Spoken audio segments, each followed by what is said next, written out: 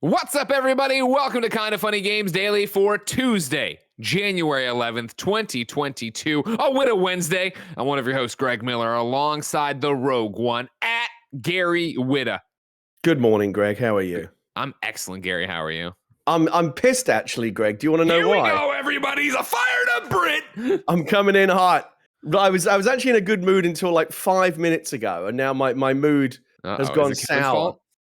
I mean, maybe it's a good thing for the show if I bring some. What happened? What happened to your mood? Why did you sour so quickly? Okay. So this is Wordle related. Shit, everyone loves Wordle right now, right? We're all on the Wordle train. You either love Wordle or you hate Wordle, but I am very in love with Wordle. So if you know, you're either in or you're either in or you're out. Greg, you're either SWAT or you're not. Can you play Wordle and then like send it over so that I can see what it is? Because like I don't want to Google it, but I'd like. I'm actually thinking about doing a short daily Wordle Twitch stream as a way to kind of get back. Guys, it's like 20 minutes, you know. We're 2.5 weeks away from Gary having a Wordle talk show. Everybody be careful. Oh yeah, Wordle talking. Let's do it.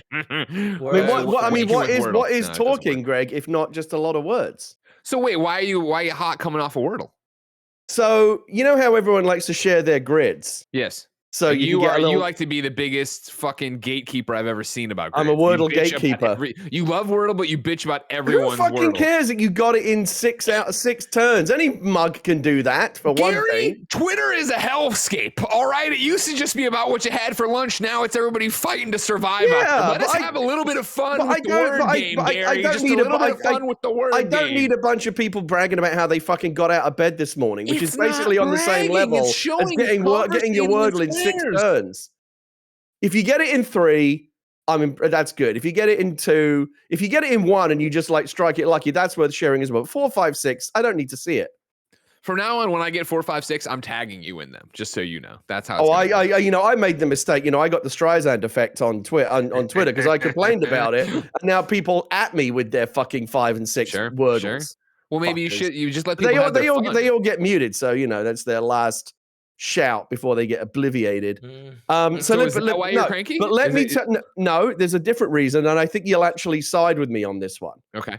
So I was saying, how people like to share their Wordle grids. Of course. A friend of mine who I follow on Twitter apparently didn't know about that feature and got it in 2 today and decided to brag about it. Do you know how they bragged about it? They screenshotted the fucking solution. Oof, man. At 10 o'clock in the morning, I've been doing mine first thing, but my daughter now, she likes it. She wants to do it with me. Now we do it like after she gets home from school.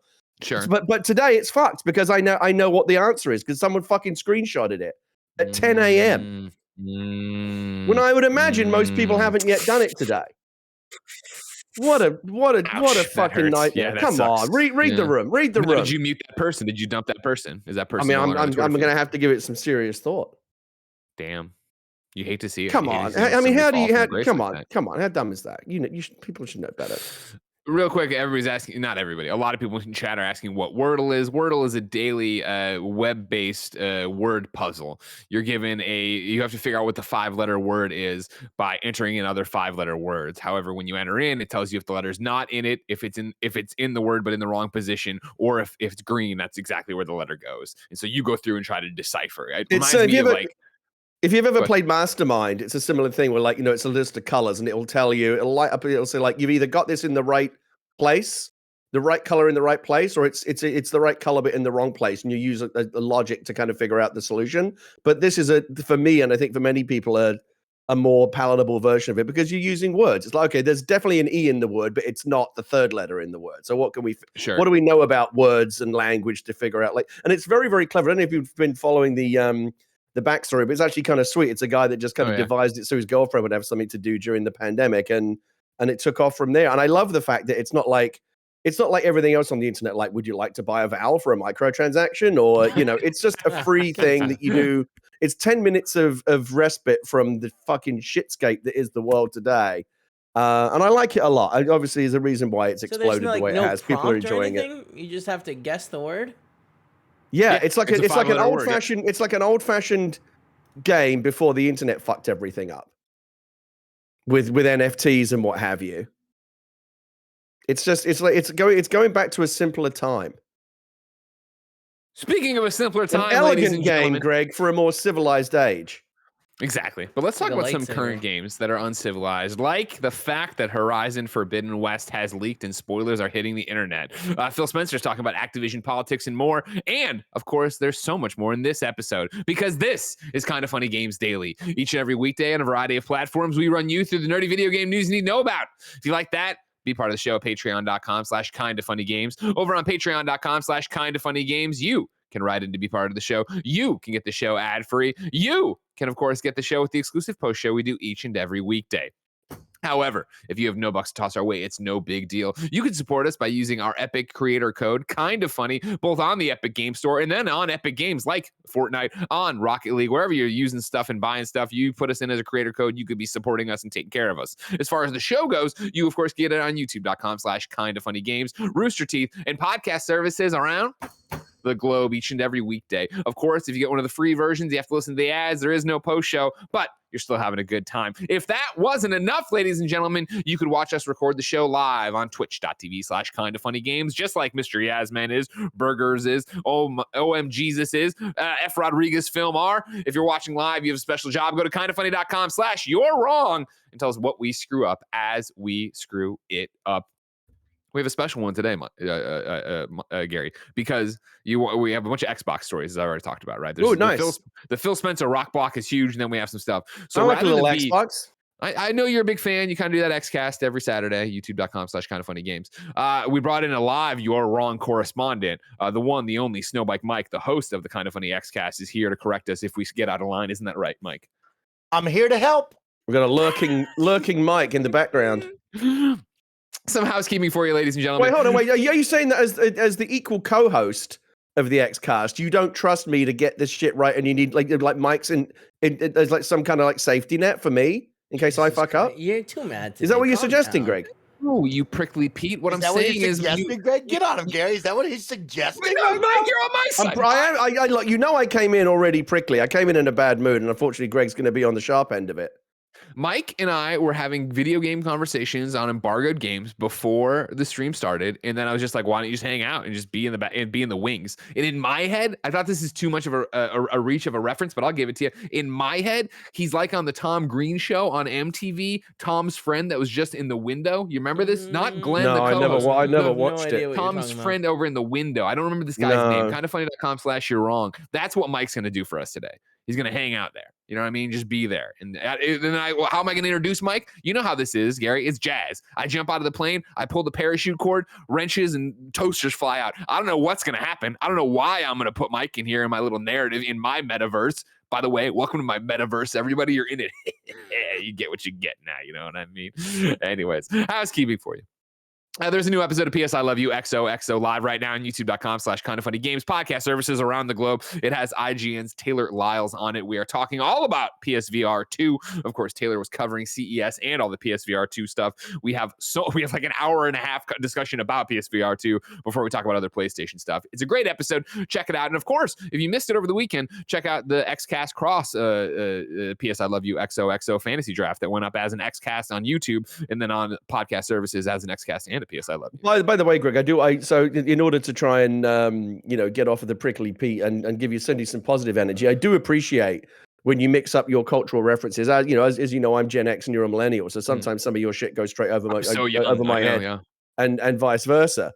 So when you talk to me about like the Tom Green show, I have no fucking idea what you're talking about. But when you talk about like the frying pans and the toasters coming out of the backpack, I do appreciate that. I feel like Captain America. I get to go, I understood that reference. Because funnily enough, I was actually just watching Roadrunner cartoons with my kid the other day. Roadrunner is my favorite Looney Tunes. And I'm really glad to see that my daughter, even though like I said the other day, like don't push things on your kids, she loves Roadrunner as well. Those are her favorites. And for some reason, I don't know what it is. There's only half a dozen gags in Roadrunner. Yeah. Like Roadrunner goes through the painted wall, but the coyote can't go through it and stuff like that. The thing when he opens the backpack thinking it's going to be a parachute and all the fucking toasters and frying pans come out, for some reason that joke gets me every fucking time.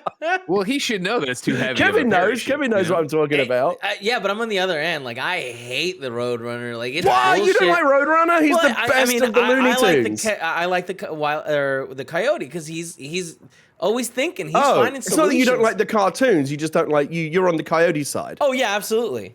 Like, just That's let him eat that's it. gonna be a Let him rough eat it. trip for you though, because your guy. That's gonna be like supporting the fucking Browns or something. Like you just lose every fucking time. Why would you?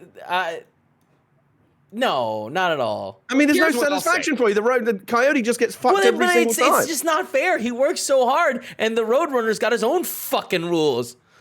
Here's what I'll say real quick, just to put a pin in this and give another cultural reference point, all right? Watching Looney Tunes, right, and liking Roadrunner over Wile E. Coyote is like watching Garfield and liking Odie over Garfield, all right? Well, the but, like, bird Odie is always stupid. wins. It just stands there. You know what I mean? It doesn't do anything. Wile E. Coyote's making that show happen. He leaves, you're just watching an ostrich run real fast and eat food. You know what You it know what I reminds mean? me of a little bit? It's not like, it reminds me a little bit of Amadeus. It's like Coyote is Salieri and Roadrunner is Mozart, right? Roadrunner and Mozart have just been born with an innate, like Roadrunner's super fucking fast, right? You don't have to work at it. What are you talking about? No, I mean, there was a movie, Greg. I wasn't actually around in the time of fucking Mozart. I'm not that old. It's a great movie too. It's a fantastic movie. It's actually in my all-time top 5, and you understand Salieri's frustration. So the Coyote, right? He works so fucking hard, like Salieri, he puts all of his effort into coming up with these brilliant schemes, these brilliant plans. But it all comes to nothing just because Roadrunner was born blessed with this innate gift that he doesn't even have to try at. So I can't, you know what? You actually might be talking me around on this a little bit because I always appreciated the Salieri story in Mozart because I get it. Now what like, you just described is Lex Luthor versus Superman, right? You just made the argument why Lex hates Superman so much. So I don't know if I can go with Wile E. Coyote on this one, but I can go, ladies and gentlemen, with our Patreon producers. You can go to patreon.com/KindaFunny. We're done talking about Looney Tunes. This is a whole other podcast. I like this. Lex Luthor is to Salieri, is to Coyote. Well, Superman is to Mozart, is to the Roadrunner. Gary, you can come on this show and literally video games could just have been shuttered for a snow day and we're going to have an hour and a half long. You know what I mean? Like, that's the thing. You come to play. I'm really just trying to cover up for the fact that I've not been following any video game news this week. I'm trying to run out the clock. Patreon producers, you can go to patreon.com/KindaFunnyGames, support the show just like James Davis, a.k.a. at James Davis Makes, Blackjack, and Pranksky do. Today, we're brought to you by MeUndies, DoorDash, and Chime, but we'll tell you about that later. For now, let's begin the show with what is and forever will be the Roper Report. Time for some news. 4 items on the Roper Report. A baker's dozen. Number 1, ladies and gentlemen, the worst has happened. Everyone beware. Horizon Forbidden West has leaked. Spoilers are out on the internet. We go to VGC where Andy Robinson has the story. An early build of Guerrilla Games' Horizon Forbidden West has leaked into the public domain, VGC understands. On Monday, images of what was claimed to be the PS4 version of the PlayStation exclusive sequel began circulating on social media. VGC has since been told that the leaked build is indeed legitimate and, other than some missing art assets, contains the entire core content planned for the final game. Following the publication of images claiming to show the leaked Horizon Forbidden West build on Twitter, the media was eventually removed hours later due to, quote, a report from the copyright holder, which adds further credence to their legitimacy. At the time of publishing, the Forbidden West build does not appear to have circulated on file-sharing sites, though Sony will be wary of a situation similar to The Last of Us Part 2, which saw story spoilers circulate widely online well before its official release date, thanks to a similar build leak. Horizon Forbidden West is not due to release officially until February 18th, more than a month from now. The sequel will be available for PS4, PS5, with last-gen players able to upgrade to the new-gen version free of charge. Gary Whitta, what do we do? I think these stories, for some reason, Greg, are always the most heartbreaking for me. Remember when this happened with Last of Us Part 2? I do. And, all the story spoilers got out there. And Last of Us Part 2 was obviously a game that needed to be very protective of its spoilers because it has some like really epically, big, surprising story moments that happen, which obviously we won't go into. And I guess now it's in a similar way it's happening again. And we've talked about this before. As someone who works on that side of the fence, you labor in darkness for years to try and present something to an audience in a way that's going to be surprising and delightful to them. And when someone jumps the gun and it gets out there early and ruins all of your plans to kind of introduce it to the world, on your own terms and in a way that is going to have maximum impact for all the work that you did. It makes, I don't know, it makes me sad. It doesn't make me angry. It just makes me sad. Yeah, it's a bummer, right? Because, of course, I don't want to know anything about the games I'm about to go play. And so, especially with this spoiler area, as video game marketing and promotion is in general, you know so much. And to have somebody like you use Last of Us as an example, and like the caliber of story spoilers we got there, right, was such a huge problem that, yeah, I think first off, mileage will vary based on the consumer themselves. Personally, I don't care much about spoilers. Like I'd prefer not to know, but it's really the journey, not so much the ruin. And I want to talk about Horizon versus Last of Us in a second. But I'm with you that like usually my first reaction is, in this case, Guerrilla Games, in Last of Us case, Naughty Dog, right? Somebody you've been working on this game for years in secret. You finally got, you make your big pushes for the big moments to do it, but you're excited to get it into people's hands so that they can get to these unexpected moments. They can get to these crazy things that are going to change and not know what it's going to be. And then to see them, ruined ahead of time by somebody who got a build and got the build. And the real problem is that in the age of the internet, spoilers are like COVID. You can do everything you can to protect yourself from them, but you're still going to probably be fucking exposed. You can mute all the hashtags unless you want to just like leave the internet completely, which I think is not a reasonable thing to ask people to do. There's a good chance you're going to be exposed. I mean, again, the Wordle thing happened to me today. I was fucking pissed about that. The new Bond movie, which I didn't get to see right away, I only saw it I finally saw it this weekend, has a big, arguably very surprising thing that happens at the end of the movie. And I fucking knew what it was because it had been spoiled for me because the longer you go, the more chance there is of spoiler exposure. And so while it was still a very impactful and cool thing that happened at the end of the movie, it wasn't surprising to me because I'd fucking seen it on Twitter. And this is the age that we live in. And it's like I said, there's only so much you can do to protect yourself. So now the question then comes to us, the consumer, I guess, a bit more. I was going to ask in general, are you worried about Horizon stories? But OM Jesus in the chat says, story is everything. And T-Lu, what about Horizon?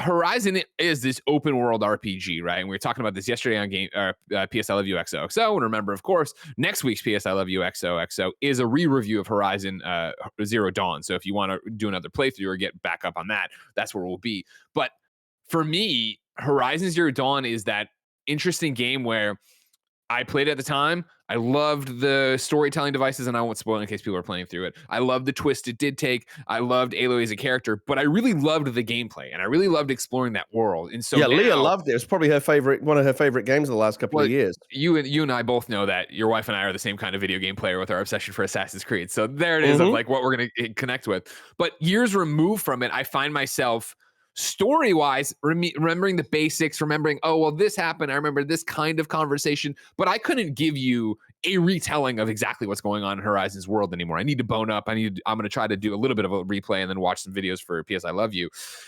I remember the gameplay. I remember taking on those things. I remember upgrades. I remember weapons. I remember putting down the stakes and electrocuting these giant monsters. This one in particular, although I don't want Horizon spoiled for me, if it does, if I get screenshots, I think that story is so dense that it would be hard to give me a moment the way Last of Us did. Last of Us for me, right, got ruined by what you're talking about. It wasn't words, it wasn't comments, it was screenshots. People screenshotted stuff and tweeted them at me, and then I saw stuff. And that's like if you're on YouTube as well, forget about it because you're browsing YouTube, you get these recommended videos. I'm interested that YouTube knows that I'm interested in video games because I watch a lot of game-related videos on YouTube. So the algorithm throws up all these videos, and sometimes it's right there in the thumbnail. Sure. You don't even have to click on the fucking video. Come on. So are you worried, though, about a Horizon spoiler? I personally am not because I don't care that much about Horizon. I like that my wife likes it, and I admire the game very much. I think it's a beautiful game. It's very, it's a very well-crafted piece of video game art, but the world building and the storytelling didn't really resonate with me. So I watched Leah play the whole game, including all the stuff at the end, where the kind of the revelated story reveals happen. I was like, okay, fair enough, but like I wasn't like deeply invested in it. Sure, but just because I'm not that bothered doesn't mean I can't be perturbed on behalf of everyone else who will be, for whom Horizon does mean a lot. I'm right there with you. I wish this didn't happen. I hope people don't go out and ruin stuff. I'm not saying tweet stuff at me about it. I'm not going to be heartbroken, but I'm also not going to be like looking for it. I just was wondering, in general, if like Last of Us, I remember when that happened was such a shit, that whole game, that whole universe is about story. Whereas I think Horizon is a different beast, no pun intended, in terms of what you're getting and why you want to do it. And then, yeah, I can't imagine. And you talk about you're on the other side of the industry. Of course, you worked on many games. You're working on stuff all the time. Like, do you think about that when you're on, and I shouldn't even say limit it to games because you work on movies, you work on comic books, you work on everything, right? Do you work, is that an active fear for you of like somebody getting a screenshot, like, for where you're coming off of No Way Home and set photos that leaked from that ruined surprises in that? Did you worry about that kind of stuff with like Rogue One? Yeah, I haven't seen No Way Home yet. I'm actually about 5 or 6 Marvel movies behind because my backlog is a joke at the moment. But the quote unquote kind of big surprises, I already know what they all are, because it's not just about like, oh, one person who saw the movie early and did it. It's the set photos, it's everything. There's a lot of currency in these kind of leaks because certain people like those things. The problem is there's no way to serve that market of people that do like leaks and spoilers without also infecting all the other people that don't like them. But because it's not like we're in two separate lanes, like spoilers and don't like spoilers. We're all on the same Twitter. And again, you can mute hashtags, you can unfollow accounts, but so again, like I said, the COVID analogy, I think, is it's like an Omicron thing. It is actually a pretty good analogy. You can do everything you can to protect yourself, except but some people might say, well, just stay off Twitter, stay off the internet. But again, that's like saying, well, just stay in your fucking house and never leave and never have a life. Like, we want to go out and experience the world, both digitally and in the real world. But we don't want to be exposed to all this bullshit that we don't want. But there's no real way to sift it, to filter it out. You can put on your social media N95 and get vaccinated, but there's still a good chance you're going to get fucking exposed. There's only so much you can do. See, I like to consider myself asymptomatic to spoilers. You know what I mean? I can have them, but I'm not going to spread them. You know what I mean? If I get them, I'm okay. My immune system will fight them off. Right, Kev? Right, Greg. Right, Greg. Thanks, Mike. Mike, are you worried about Horizon spoilers?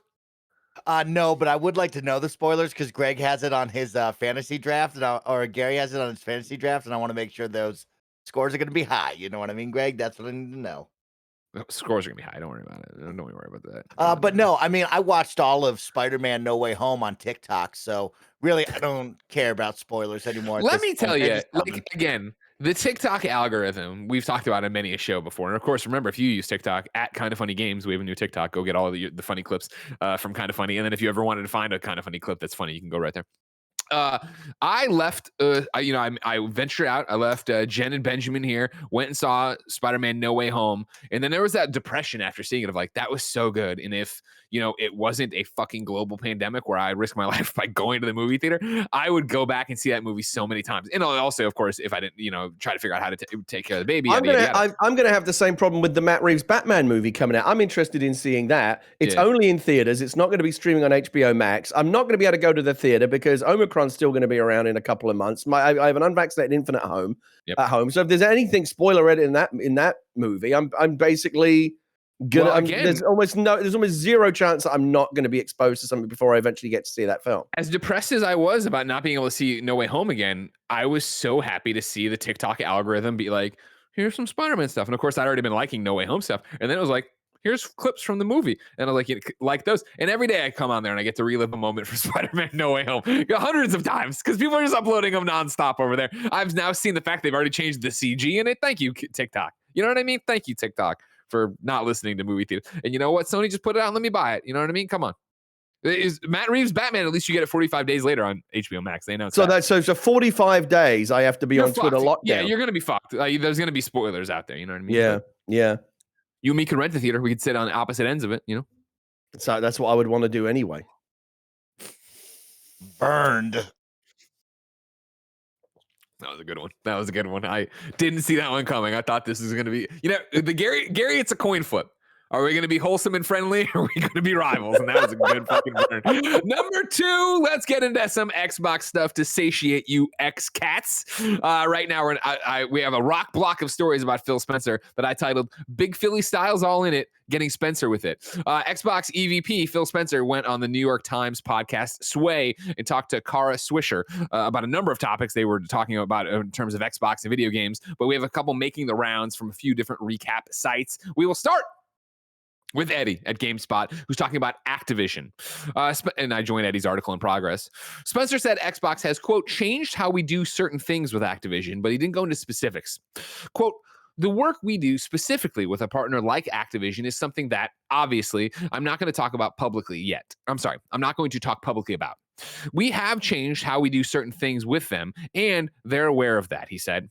But this isn't about, for us as Xbox, virtue shaming other companies. Xbox's history is not spotless, end quote. On that note, Spencer mentioned the Game Developers Conference party years ago where Microsoft hired women to dance on platforms.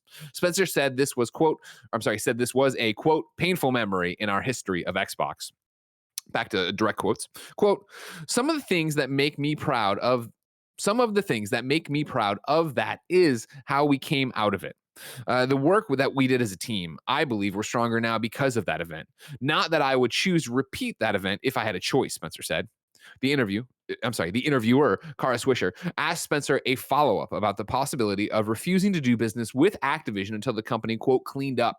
Swisher mentioned how the abuse allegations happened under Bobby Kotick's leadership. Spencer didn't comment on Kotick specifically, but he spoke about people in leadership positions. Quote, I would say in terms of individuals that are in leadership positions at other companies, it's not obviously our position to judge who the CEOs are. Like CEOs are chosen by shareholders and boards, end quote. In November, Spencer said in a memo to staff, Xbox was, quote, evaluating its relationship with Activision Blizzard and would be making ongoing proactive adjustments. Spencer and other members of the senior management team at Xbox are, quote, disturbed and deeply troubled by the horrific events and actions at Activision Blizzard, the memo said. Gary Whitta, we've talked at length, you and me, about Activision, about Blizzard, about Bobby Kotick. What do you think about these comments from Phil Spencer? One of the things I like about Phil, and I am a Phil Spencer fan, I admire and respect Phil a lot. And one of the reasons is that I think he keeps it real to a degree which is greater than by much more than the average for people in his high level position. He's never going to be completely candid and say exactly what's on his mind because he's aware of the fact that as the CEO of Xbox, he's at a position where anything that he says, if it's too controversial or too candid, it can literally move the share price of the company and cause like real problems with investors and things like that. So everything he's said is always going to go through some kind of filter before it reaches the public. But I think my sense is it goes through less of a filter and that he's generally more candid than other people, other CEOs like at his very senior level. And I'll give you an example that I've used before. Back in 2020, when Animal Talking was a thing, Phil was booked to be a guest on the show. And between him being booked on the show, which was a couple of weeks out, and him appearing on the show, literally the day before he was due to come on, they had to drop the news about how Halo wasn't going to be a launch, Xbox title, Series X title, and it was going to get pushed back into the next year. And that was a really, really, really bad piece of news for Xbox. For sure. And as soon as they announced that, I fully expected, or at least half expected, that Xbox would call me and say Phil's not going to be able to come on the show because the Xbox thing it's too hot right now. But he didn't. He came on the show and sat for a live interview where he was very candid about, yeah, we fucked up. This is a really big bummer. What can I say? There's no good way to spin this. It's not coming. And it was a bummer, but I think he got a lot of respect for coming on and like taking it on the chin instead of doing what he could have done. And I think a lot of CEOs or politicians have done, which is ducked out of the interview and not wanted to sit for some tough questions, which I think, he did get some tough questions about how and why this all happened and what the repercussions were. And I think you've seen it again today. Like, again, I don't think he's going to tell you exactly what's on his mind, but I get the impression that he is more candid, and what you hear from him is closer to what he really thinks than you get from a lot of CEOs who are like overly guarded. And we always talk about that PR word salad. And it's like this is what the PR people have told me, the focus groups have said I can say, as opposed to I'm going to say what I really think. Yeah. And I think that's what you're getting here, right? As you go back to the quote that started this part from Eddie, and again from Sway over the New York Times podcast. I did subscribe today to the New York Times so I could look at the podcast myself, but then they had it all written out, so I'm quoting everybody else. But good job, Carl. Anyways, the quote: "The work we do specifically with a partner like Activision is something that obviously I'm not going to talk publicly about. We have changed how we do certain things with them, and they're aware of that. But this isn't about, for us, Xbox, virtue shaming other companies. Xbox's history is not spotless."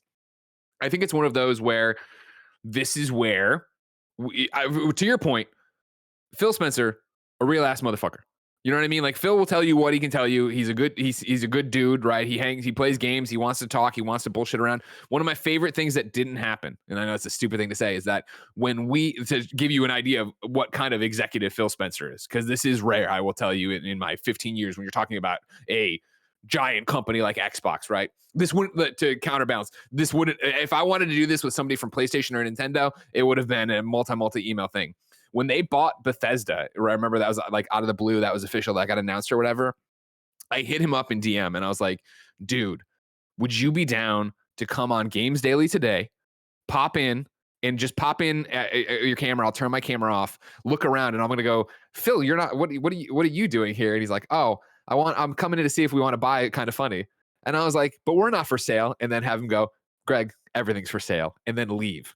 And Phil Spencer was so down to do it, but he just couldn't do it because, of course, he's an executive at a company that has to go into meetings and do all these different things. And that's the problem. Is like, for example, when I talk to you about Star Wars, or if I'm working on some other property that but if I have a responsibility to other people, because it's not just me, there's always going to be a certain level of sanitization in terms of what I would say publicly, and that goes for anyone who works in these big.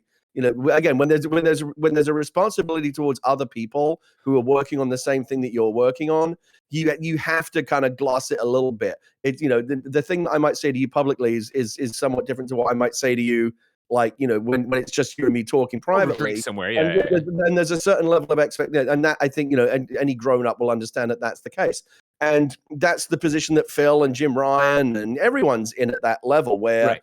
He can say, well, I'm just going to say what's on my mind, but it's not just up to you. You're responsible for a company that employs a lot of people. And again, there are certain people out there in the world who, like Elon Musk's a good example. Like he can do one stupid tweet and move the entire share price of his company, and that can affect a lot of other people other than him. And so there is, I think, a lot of it comes from that. You need to be responsible to the people that you work with. But I think Phil, and again, to go back to the earlier point, I think that Phil has found what feels like a better balance between wanting to say what he really thinks and while still maintaining that responsibility to the people that he works with.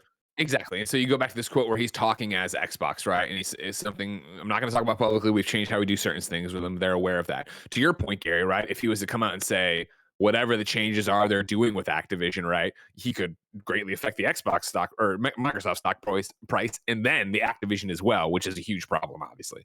And so you are talking about this thing, and then this virtue shaming. And later on, I think one of the other articles I was reading about this, when Kara pushes him, he responds again. He's like, you can tell me this is a lame answer, right? Like, he's not doing the word salad bullshit. He's telling you what he can tell you and how he can go. Obviously, I would love to know how they've changed the certain things they do with Activision. I think the fact they've said something is a great step forward already, right? That memo's out there. Jim Ryan's statements are out there. It does, beg the question, and this is me legitimately asking. I don't know what you can do with that information. Like, what is your responsibility in this is again what I was earlier going with, of personalities and business, right? Art and business, all these things coming together as this. You are a publicly traded company. You do have bosses. You are trying to compete with PlayStation. Like, is that something you can sit there and say, like, okay, cool, because Activision's not cool, or the higher ups at Activision aren't cool, we're not going to publish Activision games anymore on our platform. We're not going to do that. Like, where's the trade-off in that? And like, where you go into what he's talking about, virtue shaming here, other companies. And then not to mention that if you decide to become judge and jury that way, where do you draw the line, right? Because we've talked about it before, the number of other video game companies that have incredible asshole douchebags at the top of them that are abusive to their people that we want thrown out of their companies. To kind of halfway change the subject, Phil said something else in the interview with Kara Swisher that I saw this morning that I like found myself nodding my head at. I don't know how it would be implementable. Maybe there's a way, because a lot of people have all their accounts connected. But he was talking about the problem with toxicity and how you want to ban. My friend Adam and I were playing Halo recently and encountered some really awful, kind of horrible, like racist, homophobic, toxic shit on Halo recently. And we submitted them to be banned, and added them to our own personal ban list. And Phil was talking about how he wishes that were more robust. That if I ban you, I never want to talk to you again, right? So if I ban you on Xbox, is there a way for that to carry over? Like, I'll never see you on Steam either. I'll never see you on PSN. And obviously that only works if people are going to link their accounts. But I just agreed with what he was saying in that regard as well. That the banning, as the toxicity gets worse, the ability to fight it needs to improve as well. Cross-platform banning being like, again, I don't know how implementable it is, but I think we would all agree that would be great if it were possible. For sure, yeah. I don't want assholes from Xbox playing with me on PlayStation, vice versa, all that stuff and how it goes. In that vein, again, there's more from this great interview. You can go get a New York Times. Like I said, Sway is the podcast. We have Phil talking about politics. This is Joseph Knoop over at IGN. Phil Spencer was asked about the connection between gaming and the polarization of American politics, to which Spencer said that Xbox is, quote, not a free speech platform and is designed first and foremost for games and entertainment. Spencer discussed the idea of political and social radicalization with the New York Times on Kara Swisher's Sway podcast. During the multi-topic chat focused largely on the emergence of the metaverse concept, Swisher brought up former Trump administration chief strategist, and Breitbart founder Steve Bannon, who talked about utilizing Gamergate as a political army. Quote, we see all positives and negatives of the human condition. We have people who propose to each other and get married on Xbox Live, Spencer says about Xbox's online services. We also have conversations about politics and other things that happen. One of the things we've stated about our social network is we're not a free speech platform. We're a platform around interactive entertainment and video games. And we're not there to allow all kinds of social discourse to happen on our platform. That's not why we exist. We're not there to allow any conversation to happen on our platform, Spencer says. And more than that, Xbox Live is simply not designed for that kind of politicalization. Quote, it's very difficult to come to Xbox Live and say, okay, I want to create a political party on the platform. You could kind of twist the tools and try to get there, but it's just not set up for general purpose conversations or community, Spencer says. But it's really set up for community around interactive entertainment and games that run on the platform. And that's the way we invest. Cheers to that, right, Gary? That's what we're talking about too. More people need to understand these things aren't free speech platforms. It bugs me that we still have to explain this to so many people apparently who go, right. Free speech. The only entity in this country that is obligated to provide free speech is the United States government. Private companies can do what the fuck they want, and I don't know why that's so hard to get through people's heads.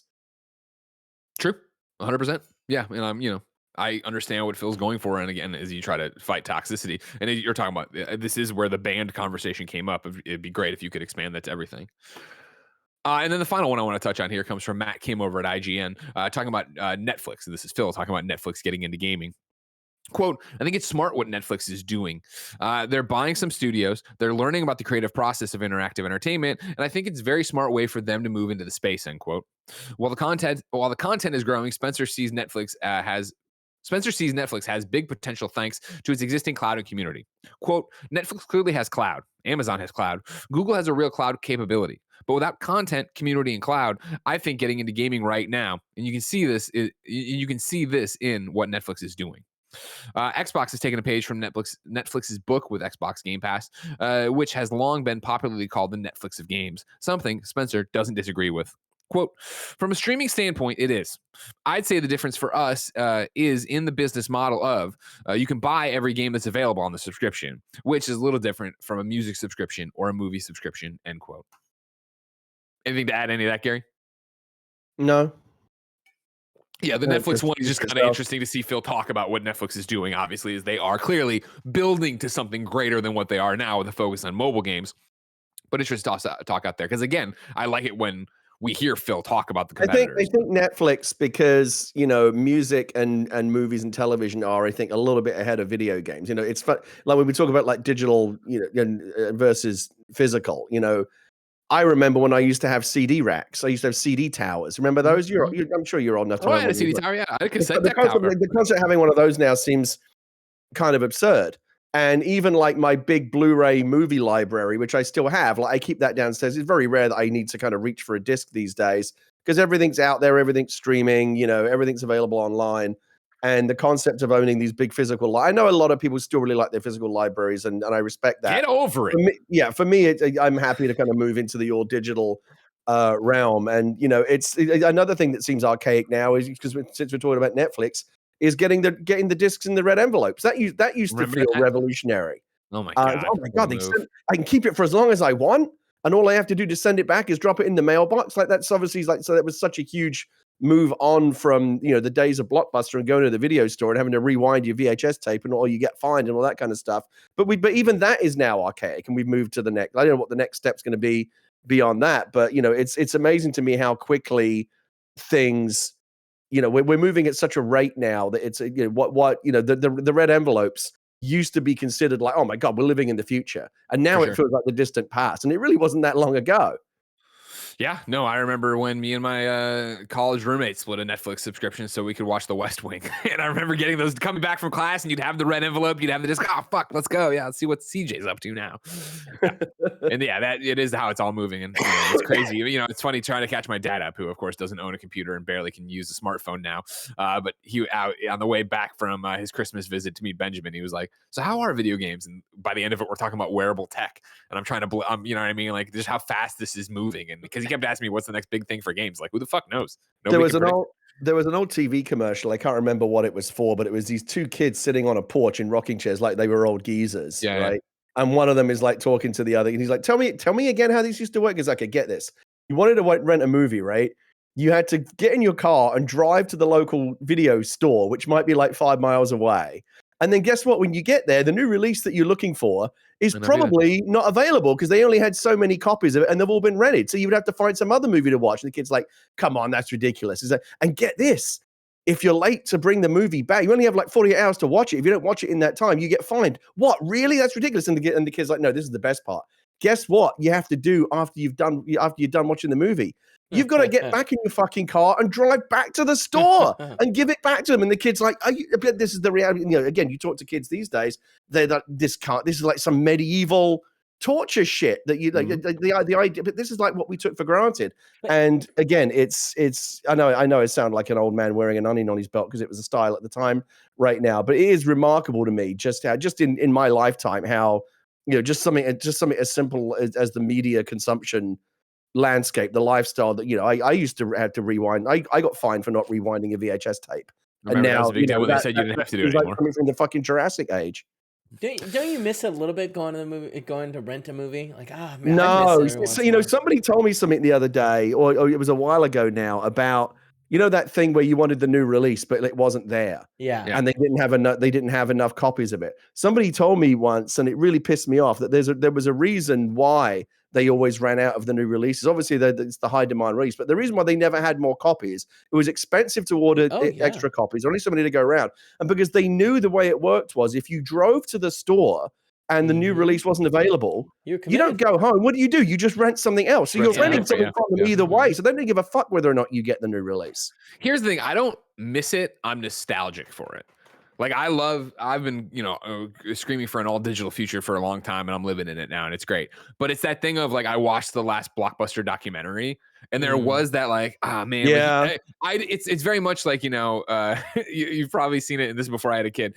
Somebody put out, you know, those like weird, like Jack Handy, almost like deep thoughts of like, there's a moment when a parent picks up their child for the last time, they just don't know it. You know, because it gets you're gonna get too big, and so it's one of those of like, the last time I was in a Blockbuster renting a film, I didn't know it was the last time I was renting. I was walking into a video store. Here's the thing. I can't say that I miss it because I don't want it back, but I am nostalgic. Yeah, I am nostalgic for the concept of, you know, I remember going to Blockbuster. It was fun to kind of browse the aisles, pick up the box and read the thing on the back of the box. And, this looks interesting, and discover things. But I don't miss it. Like, if you said, I'm sure you'd be the same, Greg. If someone said to you, okay, well, I can wave a magic wand right now, we can go back to that. Streaming will go away and you go back to Blockbuster. You'd say, fuck no. Because there's no way that was actually better than what we have now. We're just nostalgic for it. It's that thing where I always, like, I find myself as I get older and think more and more about time travel, as I often do. Is like, right now, I'd love to go back to like 1989. And I'd like to go to the mall. I'd like to go to McDonald's and see the shitty play place outside that got too hot in the sun and burned you, and get that styrofoam cup of coffee. You know what I mean? Like, all these things that I have like the vague memories of, like, and go to a Blockbuster or go to a movie theater or a movie store. I'm not even sure Blockbuster was around in 1989 in terms of my area or whatever, but like stuff like that. But ladies and gentlemen, you don't need to be hanging out of the past. All right. The all digital future is here, and it's great. Speaking of, you go to patreon.com/KindaFunnyGames, get all of our digital content and shows up there without any ads, with an exclusive post show. Some shows you can watch live on. You can write in. You can do a whole bunch of different stuff, and you can support us. But if you have no bucks tossed our way, it's no big deal. You can, of course, watch the show with ads. And speaking of ads, let's hear about them.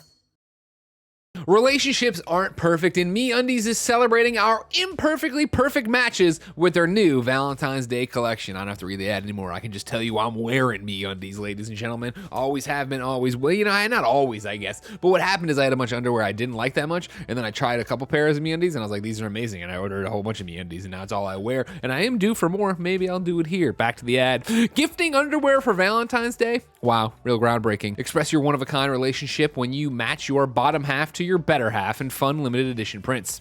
And if you're single, don't worry. You can mingle in matching pairs with your friends or even get dog hoodies and buddy bands to match your four-legged pal. MeUndies has a great offer for our listeners. For a limited time only, get 25% off your first order of matching pairs for Valentine's Day.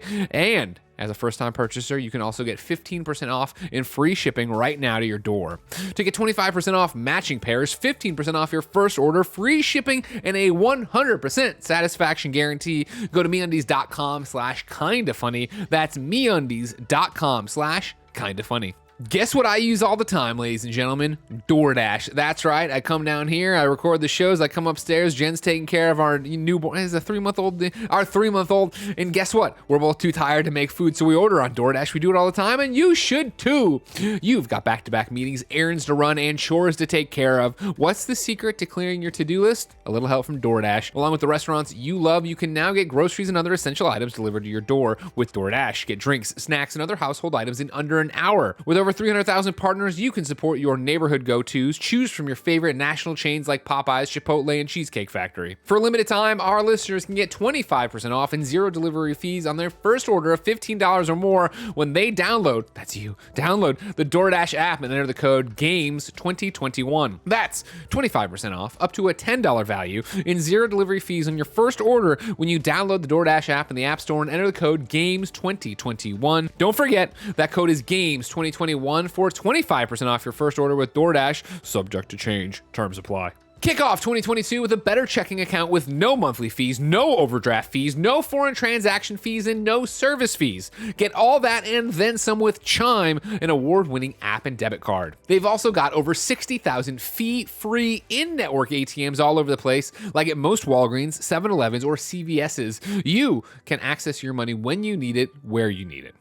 Make sure you make the first good decision of the new year and join over 10 million people using Chime. Sign up takes only 2 minutes and doesn't affect your credit score. Get started at chime.com/KFgames. That's chime.com/KFgames. Banking services provided by and debit card issued by Bancorp Bank or Stride Bank NA, members FDIC. Get fee-free transactions at a Money Pass ATM in a 7-Eleven location and at any Allpoint or Visa Plus Alliance ATM.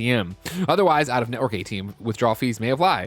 Sometimes pay anyone instant transfers can be delayed. The recipient must use a valid debit card or be a Chime member to claim funds. Number 3 on the Roper Report, let's talk about the number of Xboxes that have shipped this generation. We stick at GameSpot, where Eddie says the Xbox Series X/S family of consoles have combined to ship more than 12 million units, according to estimates from Daniel Ahmad, who works for the research company Nico Partners. This would be up significantly from the 8 million Series X/S consoles that were reported to have been shipped by the end of October 2021. Ahmad said the, quote, dual SKU strategy for releasing multiple consoles under the same Xbox banner ended up being a smart move for the company. The reasoning is that the increased production of the S model relative to the X helped keep new Xbox consoles in supply in recent months amid the ongoing supply chain issues and semiconductor shortages. Ahmad shared the estimate in response to Phil Spencer's recent announcement the Xbox Series X/S is the best-selling Xbox platform of all time over its first year. This is the tweet itself. He's responding to the thing about what we're talking about, Phil saying that the best-selling Xbox platform over its first year. This would put Xbox Series X/S over 12 million shipped according to our estimates. The dual SKU strategy has paid off for Microsoft amid the supply chain / semiconductor shortage. Increased production of the S allowed for more Xboxes on shelves than if they only had the X.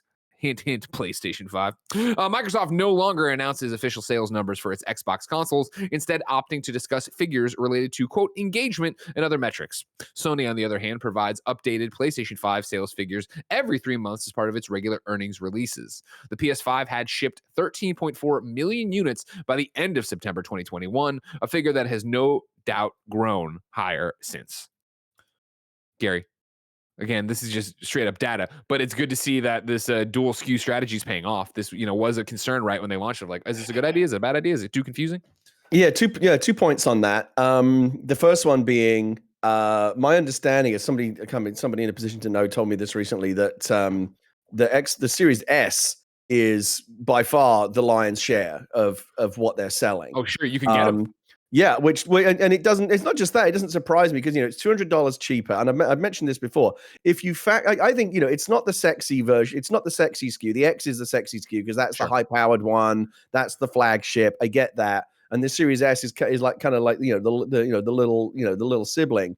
But if you factor in value, the Xbox Series S is absolutely, I would define it as the best option for most people. For like, if you want, however you want to define like the average gamer, the Xbox Series S is the best option out there. If you factor in Game Pass, factor in the $299 price, factor in the really, when you see a lot of that, like the Digital Foundry test between like here's the X version running alongside the S version, there ain't a ton of difference, especially if you don't really care about 4K, which again I think a lot of the most gamers probably don't, who aren't either they don't have 4K TVs or can't tell much of a difference. It's not surprising to me as you think more about like what the S actually offers. Probably the smartest thing they did this generation is make the Series S.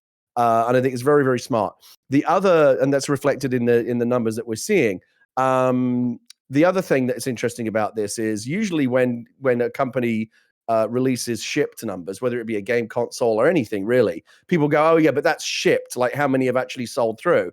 Well, in this case, we pretty much know that fucking all of them sold through because you can't get them, right? They don't. It's not like you can go if you go to a Target or a Walmart or a Best Buy or Amazon right now, you're not going to find an Xbox Series X or Series S available. There are all those shelves are empty because they go straight out. The only ones that have shipped but haven't sold through, I guess technically they still have sold through, but the ones that are sitting in the lockup warehouse or a storage unit of some fucking scalper, they're not in the hands of gamers, but they've still been bought by scalpers. Like every single PlayStation, it goes for PlayStation 5 as well. Every single PlayStation 5, every single Xbox Series S, every single Series X that has shipped has sold through.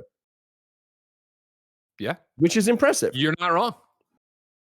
It is impressive. 100%. Yeah. And I think you continue to see that market not satiated, right? I have seen S's on the shelves, so I don't know about the whole sold through. X's for sure. I've seen. I'm just going by a couple of times recently. Someone asked me if I could help them find a Series S, and I couldn't find one for them. And I haven't done this much recently because who fucking leaves the house anymore? But anytime I go to Target or any kind of big box store, I always just like have a look in the case. I wonder if there's any current gen consoles actually available right now, and whether it be PlayStation 5, X or S. I still have not, and it's more than a year since they came out. I've not seen a single one sitting on a shelf available to buy anywhere. Oh, I'm sorry. Game Guy Grover has a hot tip. They had a bunch of ones at the Oklahoma City Targets last week, over 8 Series X's. So if you want to go to Oklahoma City, pick up your X, you can. So we're playing fast and loose with sold through not, but I mean, either way, shipped 12 million more than is a great number for what they're doing or where they are. Yeah, I mean, listen, and I'm glad that the pendulum has swung back in there. For, the Xbox has been a really interesting. The last 3 generations, Xbox 360 was an absolute banger. Leah just in conversation the other day, just kind of idle conversation while we sit on the couch, said, "What do you think is your favorite console that you've ever owned?" And I was like, thought about it. I really thought about it. I think, I think it's the fucking 360. Wow. I think I got more fun out of the 360 than any other console that I've ever owned. But then the Xbox One, and people call me an Xbox fanboy or whatever. The Xbox One was a fucking disastrous launch. Kinect was a fucking joke. The whole launch strategy was an embarrassment. It was a mess. And I struggle to think of even a handful of Xbox One games that I would go, oh yeah, like these are the games you've got to own. It was a complete whiff of a generation, just a complete whiff. So I'm really, really glad to see the X and the S kind of righting the ship because they fucking needed to after the Xbox One. Since we're doing this focus group here with the Twitch chat, real quick, have any of you, even in Oklahoma City, seen a PlayStation 5 on the shelf? You know what I mean? I have not seen a X or S in the Bay Area on the shelf. X for sure. I don't know if I was actually looking for S's, but I've never seen a PS5 on the shelf either. Because obviously I would buy the fuck out of a PS5 right away and resell it to a friend because I know so many people who need it. Doesn't look like it. Oh, here we go. I think- Drew I think- Nintendo I think- 64, Niagara, Canada. Nothing on both I think sides. of all of them, like if you had to get your hands on a current gen console right now, the S is probably the one you're most likely to be able to find. Again, it's not easy, but you'll likely there's a chance you'll find one. Series X less so, and PS5 again. We know, forget about it. It ain't happening. Final on the Roper Report is a number 4 Guess what? It's about video game movies, Gary. Duncan Jones wants to make a Full Throttle movie. This is Eddie over at GameSpot. And let's give a round of applause. Eddie at GameSpot, MVP today. I've said his name like 900 times. Duncan Jones, who directed 2016's Warcraft. Oh, and I guess say, Tam was always saying #1 video game site, GameSpot. I guess he was right. Duncan Jones, who directed 2016's Warcraft, has revealed which video game franchise he'd like to turn into a film next. Posting on Twitter, the son of David Bowie said he would like to take a stab at the classic LucasArts game Full Throttle for a Disney Plus movie, and he called on his fans to let Disney know. In another tweet, Jones said he isn't concerned about financing. Instead, a roadblock for making a Full Throttle film comes down to a rights issue. Jones said he loved 1995's Full Throttle, which was designed by Tim Schafer, who retweeted Jones's tweet. Quote, "It blew my mind," Jones says. The writer-director enjoyed the game so much that he even wrote a 94-page script for a Full Throttle movie and posted it online. You can read the full fan script via Dropbox in the GameSpot link. Even if Jones's aspirations to make a Full Throttle movie never come to fruition, he said he, quote, had a riot writing the script, and it gave him a chance to do a bit of action comedy. The responses to Jones's tweets about a Full Throttle movie are being received positively on Twitter, and even actor Elijah Wood commented on the proposal, quote, This is one of my favorite games of all time. Wait, hold on. This is one of my favorite games as well, all-timer," Wood said, adding that he's excited to read Jones's script. Gary, you think this will actually happen? Do you think this is going to get enough movement? My question is, why is this news today? I know Duncan. He's a friend of mine. He's been posting about this and talking about this publicly for ages. He posted that Full Throttle script fucking ages ago. Why? I don't know why this is making the news headlines today. This is old news. I mean, there's probably real news when that happened, and then this is why it's just here now. Did he tweet about it again recently? Is that what happened today? Maybe it was a recent thing, but he's been going on about Full Throttle for a long time. Duncan Jones GameSpot. Let's see what we got over here. We'll see what we're gonna get to this. We're gonna get down to this one here. That's right. Because I know that Tim Schafer's talked to him about it. Like Tim's responded to his tweets about it. This is going back like probably more than a year. But you know how, January 8th is when he did. Okay, so the news is that he's tagging Disney Studios and pushing for the Disney Plus thing. That's the news, I guess. Is that he's reinvigorated this campaign and he's trying to get everybody riled up to go get him. You understand? You understand? Yeah, because Lucasfilm obviously own it, and Disney owns Lucasfilm. That would be you've got to go through the Disney gates to get it done. Like exactly. Tim could give give Duncan all the support in the world, but he can't. He doesn't have the keys to it. Disney does. Greg, I don't think he gets it. No, he gets it. I think he got it. In the end, he understood. There's just too much content out there. You can't keep up with it all. Duncan Jones, though, remember, of course, working with a kind of funny best friend and comic book artist, Andre Lima Aru. Remember, we pushed it for him to get in there, and then he made the comic book with him, just a page, but then they're working on some other project. A whole bunch of stuff happened because of us and with him. But Duncan Jones doesn't, I think, know who we are. He knows Andre, and he knows Gary, which is good enough, Kevin. Andre was very talented. Andre Lima Aru, he's very talented. Yeah, he puts us in, gifted artist. Mm-hmm. Well, I can't wait to see what Andre Lima Aru, a talented comic book artist, makes next. He did the shirtless Spider-Man cover. Remember that one time for Patreon. But his next comic's so far away. If I wanted something more immediate, say what came. No, that's not right. Yeah, it is. This is what it came to the mom and grab shops. Where would I go, Gary? The official. Why am I blanking on it today? I gave you a bad intro. That's on me. That's on me, everybody. Sorry, I was. You got to team me up right, Greg. In the old days, team up right, Greg. Come on. Right, let me try again. Hold on. Let me shake it out. Yeah, reset. Turn yourself off and on again.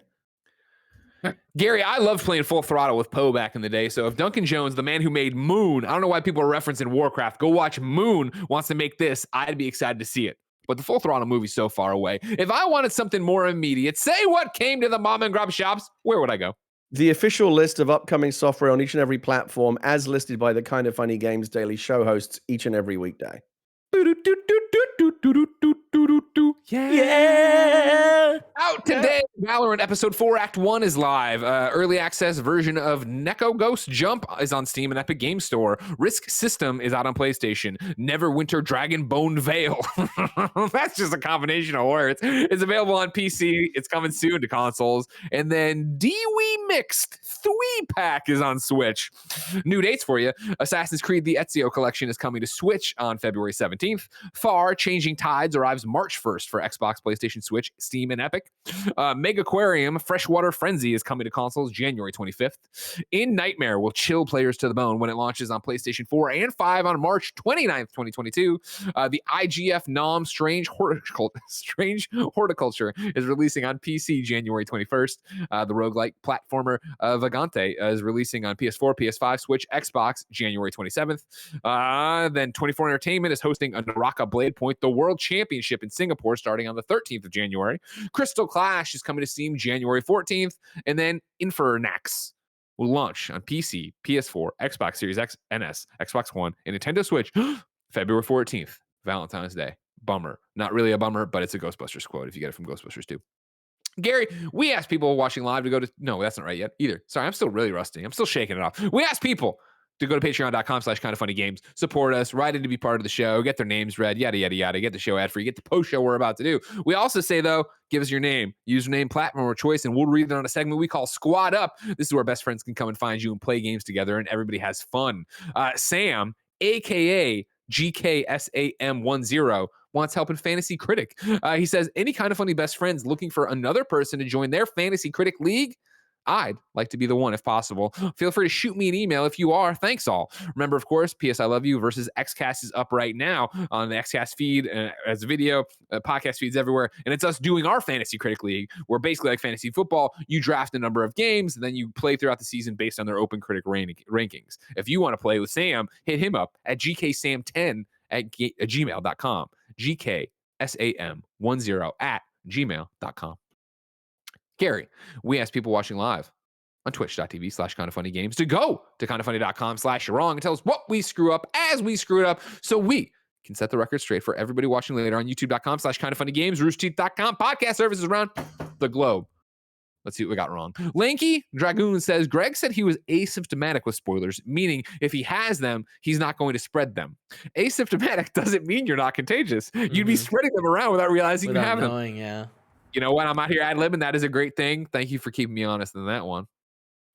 Now, you're not going to like this, Gary. Anonymous is coming in to talk shit. If Gary is so opinionated on what is and isn't an impressive Wordle score, is he consistently playing on hard mode? If he isn't, then his opinion is wrong. You playing on hard mode, Gary?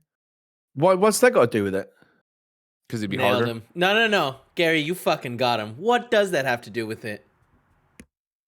What does that have to do with anything? I think most people don't. I didn't even know that hard mode existed until the other day. You have to click on the little cog at the top. It doesn't advertise a hard mode unless you go looking for it. So I think my guess is that 99% of people are not playing on hard mode. So everyone's on a level playing field. I don't understand what this guy is talking about. Honestly, Greg, don't know why you continue with the "you're wrong" segment. At least, especially on the days when I'm on, because it's always such fucking weak tea. I don't get things wrong. People step up to the plate and they fucking embarrass themselves. That's accurate. It's accurate. Druvenator gets the final word and says, and not a "you're wrong," kind of like a miss thing. Far Changing Tides is going to be on Game Pass day one from when we read that. So there you go, ladies and gentlemen. If you want to still see a fired up Gary still mad about the Wordle ruining of the day, you can come to patreon.com/kindoffunnygames where him and I are going to do a post show. Of course, you can write in there, get the show ad free, do all that jazz as well. If you're hanging out on twitch.tv/kindoffunnygames, the fun isn't ending. Of course, we always stream video games and shenanigans after Kind of Funny Games Daily. Today, you're getting GTFO with Mike, Andy, and Nick. If you miss it live, you can, of course, catch it on our newest YouTube channel, youtube.com/kindoffunnyplays. Like, subscribe, share. Do that for all the YouTube channels. Go to Spotify, rank the podcast, do all that jazz. Follow it. Got a TikTok now. It's all over the place. Like Kind of Funny wherever you can. It helps us. Even if you don't do it all in one day, spread it out. You have a little Kind of Funny homework to do. Think of it as your quest log, all right? What kind of content do you have on this Kind of Funny TikTok? Oh, it's great. We hired a bunch of part-time editors. Roger's leading up a team. We gave Roger a team. And so they are going through and getting like both new clips and then classic clips from KindaFunny and editing them together into, because people are always like, oh man, how do I, you guys do 2-hour long podcasts. How do I show my friends you're cool, without having to go to this and jump to the 30-minute mark? This is like a highlight reel of the funniest things that have ever happened. It's great. You should check it out, Gary. I will. I mean, I told you I'm never going on TikTok. Well, then just tell your daughter to do it. I'm sure she's on TikTok, right? Yeah, she'll be on. Well, she'll be on there in a couple of years, I would imagine. Excellent. If it, or whatever's replaced it by then, Zoodle. Yeah. That's Kevin. I want you to go trademark Zoodle for me right now. Ladies and gentlemen, we got a post to do over on patreon.com/KindaFunnyGames. But if you're not coming with us, until next time, it's been our pleasure to serve you.